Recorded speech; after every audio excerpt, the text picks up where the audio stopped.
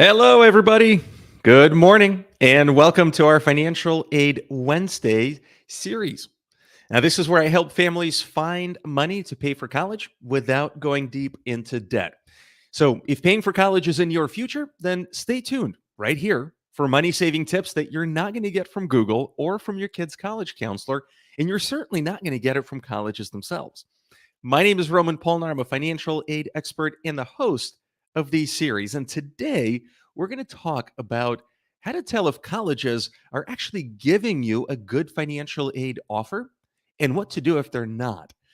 Because unfortunately, our financial aid system does not follow the same laws of logic that you learned in grade school.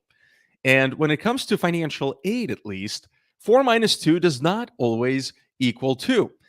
In fact, you'll probably get a different number every single time you ask colleges to calculate your financial aid. And this makes people feel really frustrated. It also makes them feel lost and oftentimes powerless, right? Because, well, they're trying to figure out um, what's fair, right? And they want to get enough money to pay for college and send their kids off without having to take on a bunch of debt. And when they're not getting the logical numbers that they're clearly expecting, it makes them feel, well, kind of bad. And I think in today's day and age, especially when everything is getting much, much more expensive, you can see it at the grocery store, you could see it at the gas pump. Everybody needs help paying for college.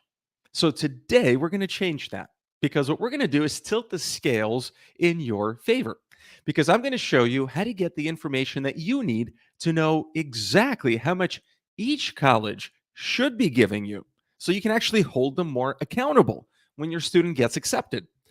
But if you have younger kids who are still in high school or even middle school, it gives you time to actually pick colleges that you know are going to give you better financial aid. So let's jump right in. If you're watching this live, if you have any questions, feel free to drop them in the comments below. I'll do my best to answer them.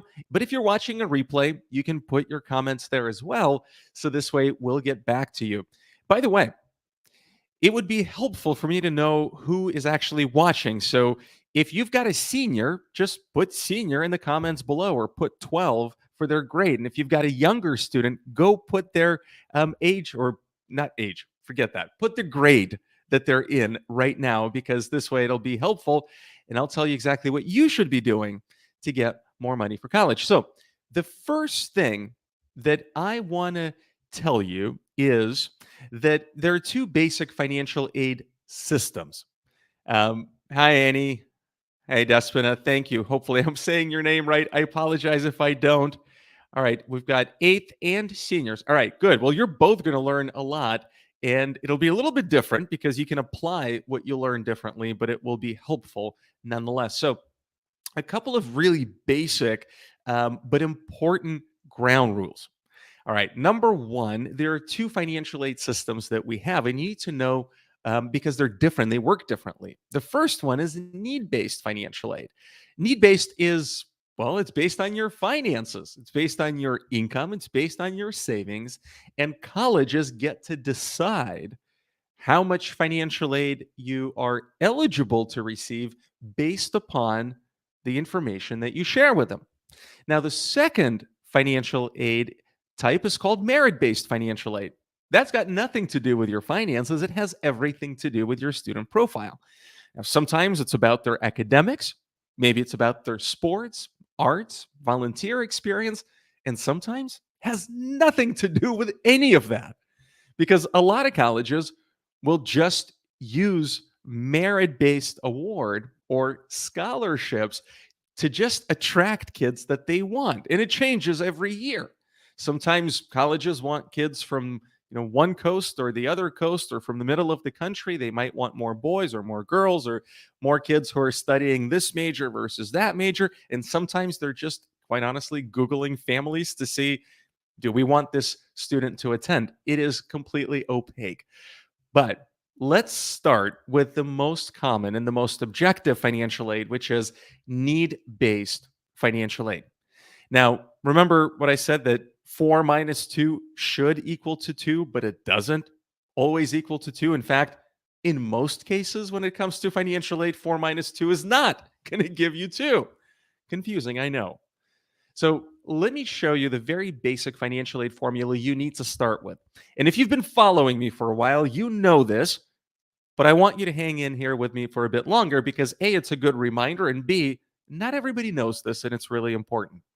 So here's the formula: cost of attendance minus your expected family contribution should equal the amount of financial aid, more specifically, the amount of need based financial aid that you should be eligible for. So, cost of attendance is easy to find. That's the total cost of attending 1 year of college. And that needs to include tuition, room and board, books, supplies, fees, everything that you would have to pay to send your student to that school if you didn't get anything, any additional financial aid. That's the total cost. Your expected family contribution, that's the EFC number, is what gets calculated when you submit your FAFSA. That's the financial aid application. It's one of two financial aid applications that you would need to do. And that calculates a number, a dollar figure that the government and colleges think you should be able to afford and pay out of pocket based upon the financial information that you're reporting on that form. I'm not going to go into too much detail in this episode on what EFC and how it's calculated. We've got some other training, and you're welcome to put in the comments if you want to learn more about it, and we'll send it to you. But for the time being, let's just establish that these are two very important figures. So let me give you an example. Let's say we're looking at a college that costs $60,000 per year. And let's just say that your expected family contribution, as an example, is $20,000. So let's just do the simple math. You can do this, right? So $40,000 is the amount of need based financial aid you should expect in this example. 4 minus 2 equals 2. I know these are different numbers, but the logic should be the same. If you're applying to a school that costs $60,000 with a $20,000 EFC, you should expect a financial aid award of $40,000. Here's the challenge: 9 times out of 10, you're not going to get a financial aid award of $40,000.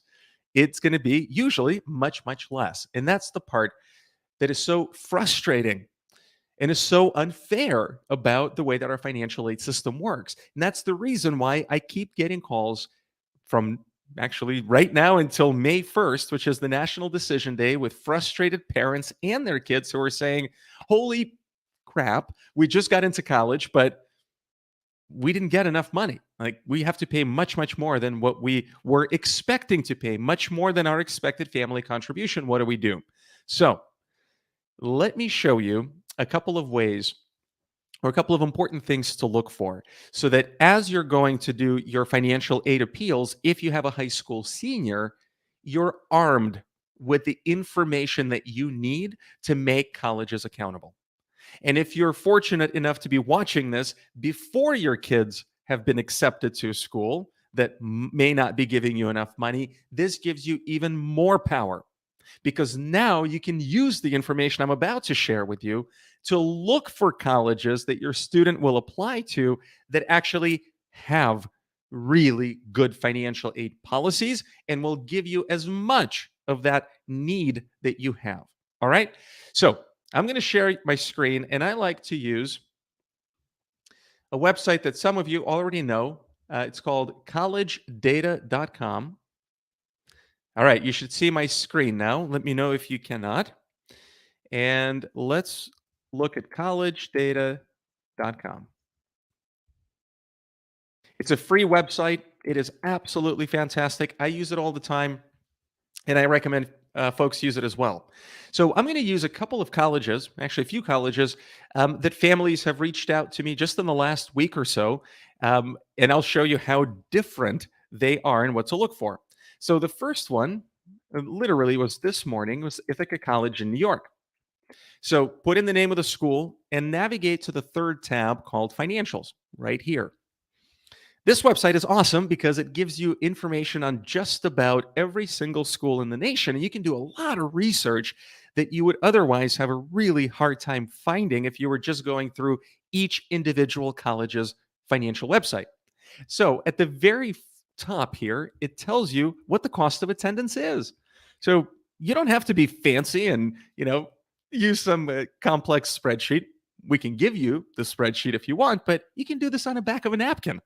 Write down this number. 65,000 is the cost of the school. And you can actually toggle between in-state and out-of-state because some colleges will charge you a lot more if you're an out-of-state student. Now, that's the COA, that's the cost of attendance. Then you want to subtract your expected family contribution from this number, and that should tell you what your expected, or at least the amount of financial aid that you're eligible to receive. And then you want to scroll down and look at the profile of last year's incoming freshman's class financial aid.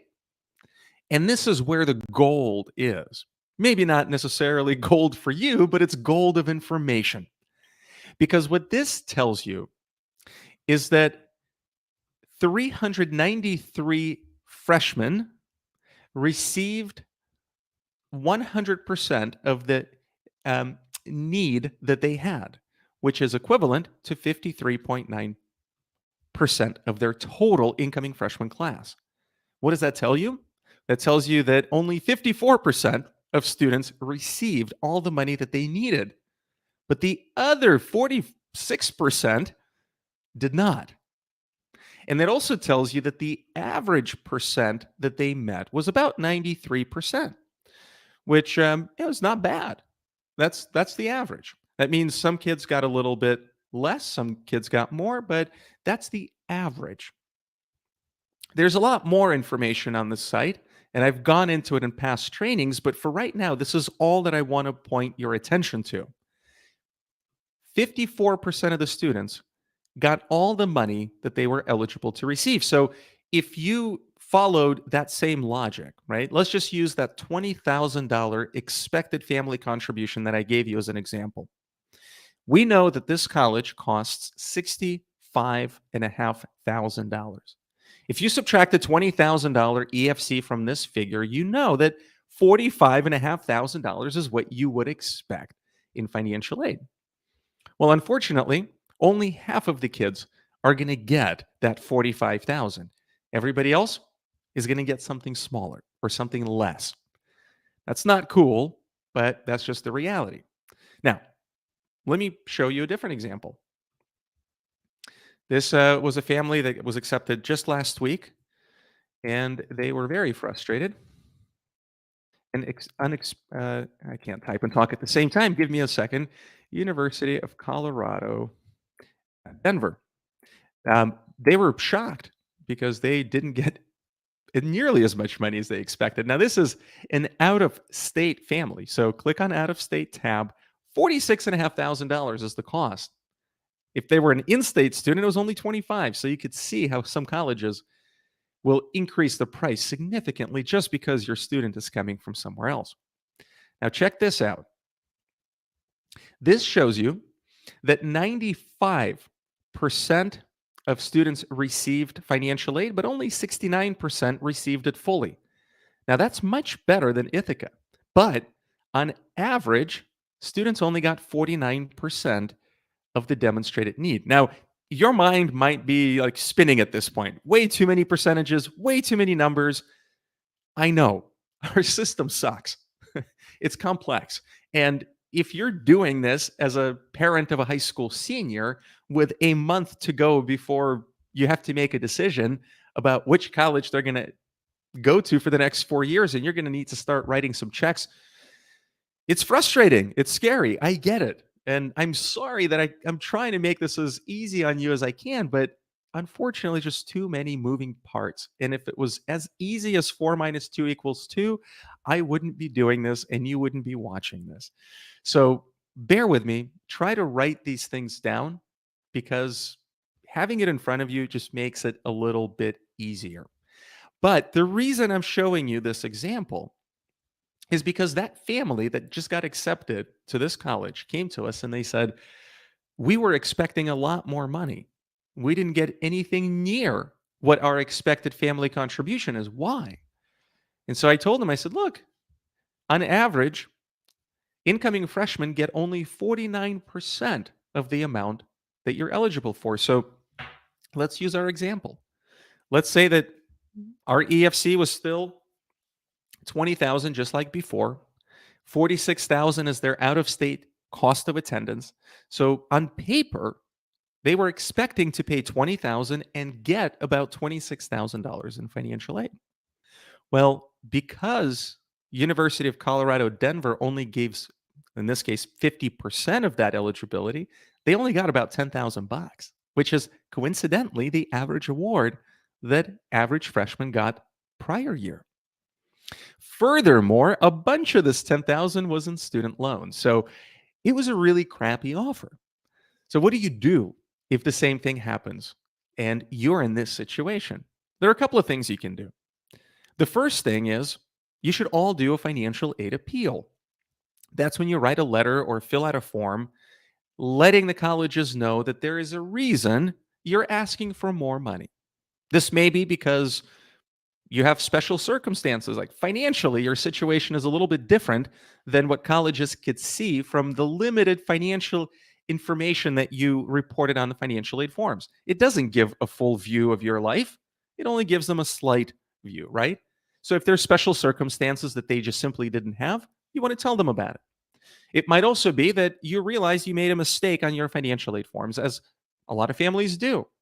Oftentimes, the most common mistakes I see is families over-report the value of their savings and investments, or they over-report the amount of things that they have to share. A family just yesterday emailed me asking if they should have disclosed retirement accounts as part of their investments. I said, no, absolutely not.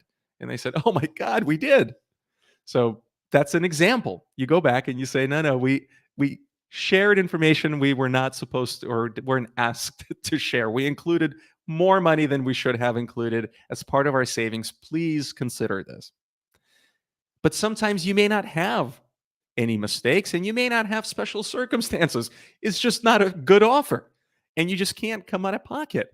So that's your basis for appeal. It's just an honest way. And sometimes it makes sense to use real numbers, right?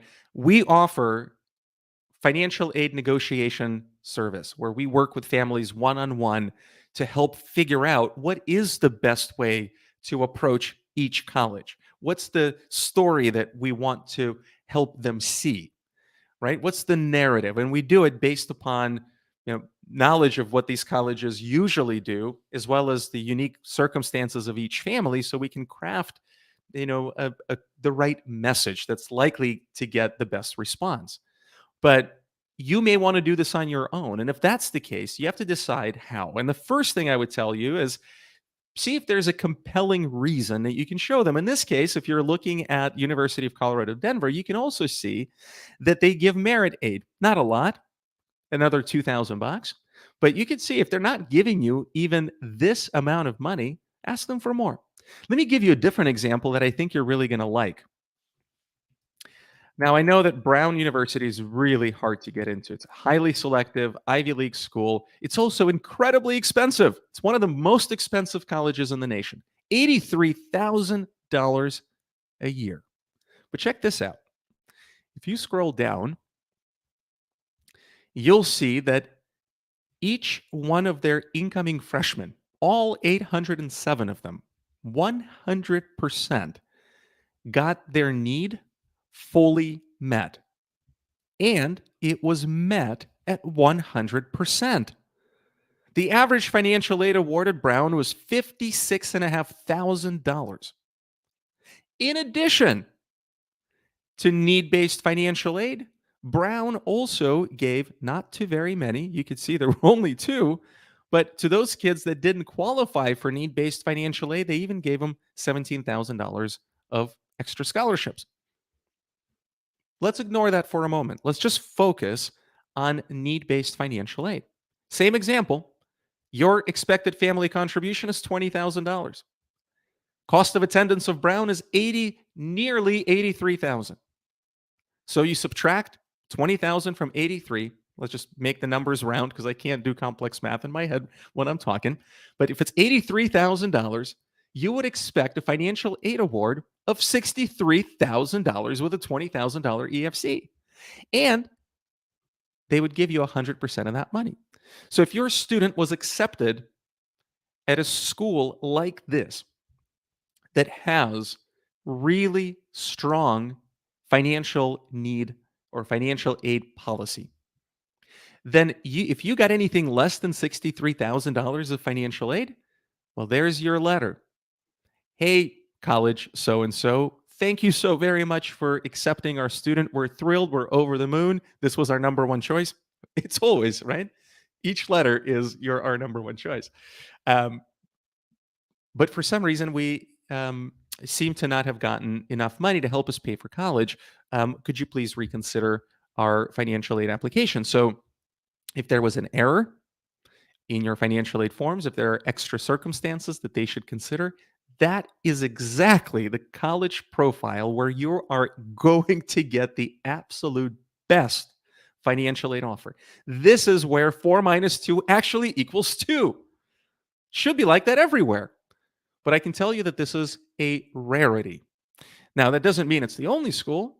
There are hundreds that have really good financial aid policies like this or close to this.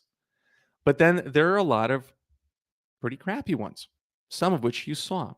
You can have University of Denver or University of Colorado at Denver that on paper costs, almost 50% less, but it's going to cost a family more out of pocket. So, if you're looking to pay as little or as close to your expected family contribution as you can, you want to look for colleges that will meet a high percentage of your financial need. I want to show you another example. This was a family that came to us last week as well. Where is NYU? New York University. There it is. They weren't happy with their financial aid award either, and it's an expensive school, close to $78,000 a year. Now check this out. If you go to the financial tab, scroll down, and this tells you that only 12% of all kids that applied for financial aid got all the money that they were eligible to receive. Only 12%. That's really low. And on average, families got 67% of the amount that they are eligible to receive. So look, if you're expecting to receive 20, 30, 40,000, you'll be lucky if they give you 67% of that. That's the average. But that means some kids are going to get less.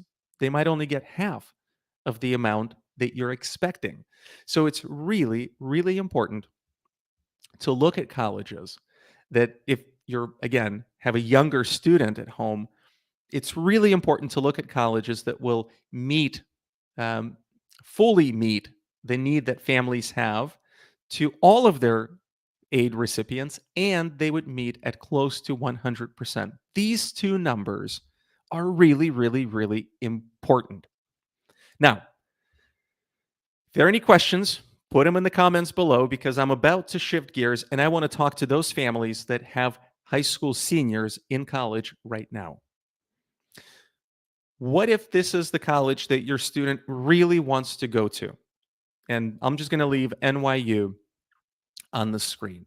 What if this is exactly the number one choice, or maybe this is the only school that they've gotten an acceptance letter and it's out of your budget? What do?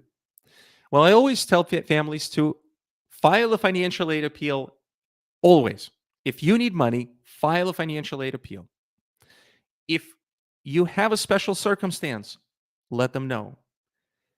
Whether you reach out to us or you do this yourself, go back, dig through your FAFSA, dig through your CSS profile applications, and see if you can find any reason or any error, right, that might have resulted in a higher expected family contribution, because that is your reason, your number one reason for reaching out filing a financial aid appeal and saying, I discovered an error.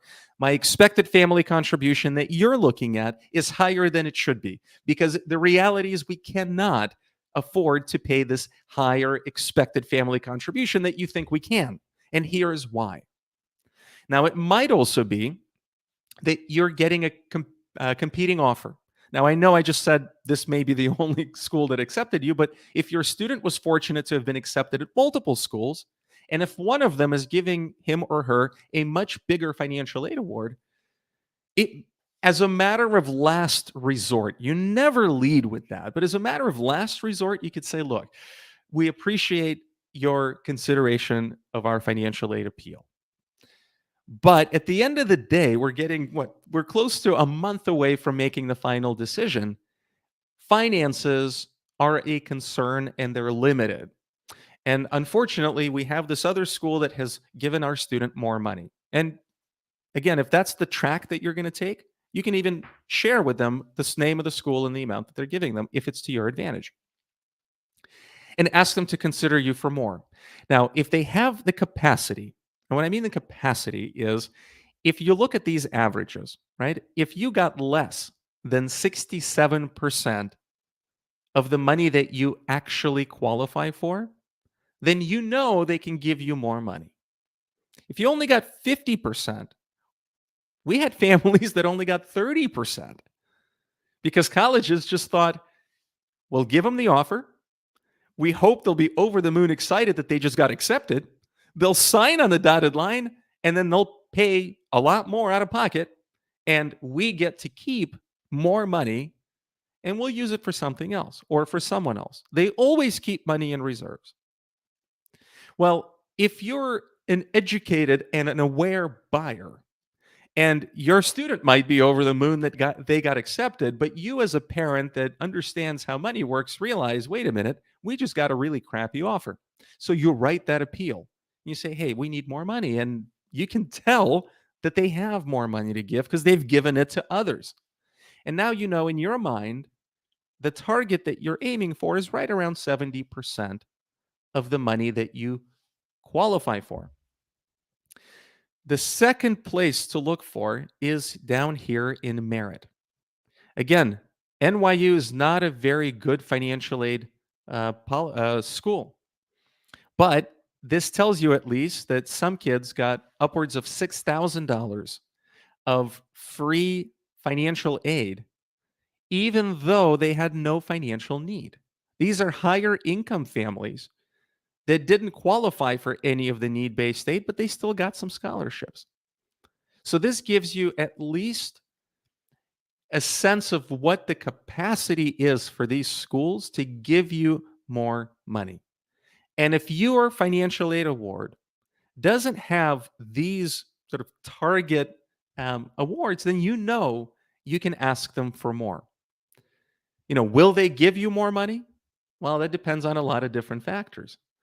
I've had families come to me and say, well, we've appealed once and they didn't give us the money that we thought we should get. And does it make sense to do this again? Should we apply for financial aid appeal round number 2 or even number 3? And the answer is, if you tried one tack and you didn't get the result that you were hoping for, don't try the same tack again. That's definition of, well, who was it? Einstein that said, it's doing the same things, expecting different results is the definition of insanity. Don't take any offense. I by no means calling any of you crazy because you're not. Our financial aid system is crazy. That's a fact. But you got to know how to navigate it. And so if you tried one aspect and it didn't work, see if you can take a different tack. But the last thing I'll mention is that don't get sucked into doing things the way that kind of you think that everybody else does. So if everybody sends a form, you send a form, which is what you should do because that's what colleges want you to do as part of the appeal. But don't be afraid to pick up the phone and try to contact the financial aid officer if you have something in your circumstances that you can't just describe on a form, or if you have a question that you really need to clarify in your own mind. Get them on the phone. See if you can establish a connection, a relationship, a conversation, and share some of these personal questions. And you can always plead ignorance, right? Say, well, we didn't know you're doing this for the first time. We need your help. These are people on the other end. They want to help. These are really good intentioned people. They work in academia because they want to help. It's just they're often bound, like their hands are tied by the policies of their schools and the craziness of our financial aid system. But they are people and they want to help. So reach out to them. Reach out to them by email. And don't forget and don't fear showing emotion. Don't just show them the bottom line numbers. Numbers are great. You need to include them because that's the basis of a financial aid appeal, but don't fear showing emotion. It could be the love that your student has for the school. It could be the fear that you have as a parent that you can't pay this for all 4 years of college. Look, colleges and the financial aid officers are not going to give you more money just because they feel bad for you. But if you present a logical argument based upon some financial or based upon your finances or some circumstance in your life, and you couple that with real heartfelt and honest emotion, right, that your student has about attending that particular school, and you put that together, your chances of getting a better financial aid result is better than someone that doesn't do both of these things well. So I hope this has been helpful. I've kept you a bit longer than I usually do. I'm sorry. I have a tendency to talk a lot, but I hope it's helping. So if you want some help from me in appealing your financial aid awards, let me know in the comments below or contact me. Send me an email. It's roman@pillar6college.com. You can go on our website and you can book a one-on-one call with me. We're going to dig right into your situation, put together the right financial aid appeal packet, and we'll help you write the letter, help you fill out the forms, send it off to the right folks so you can get the best outcome.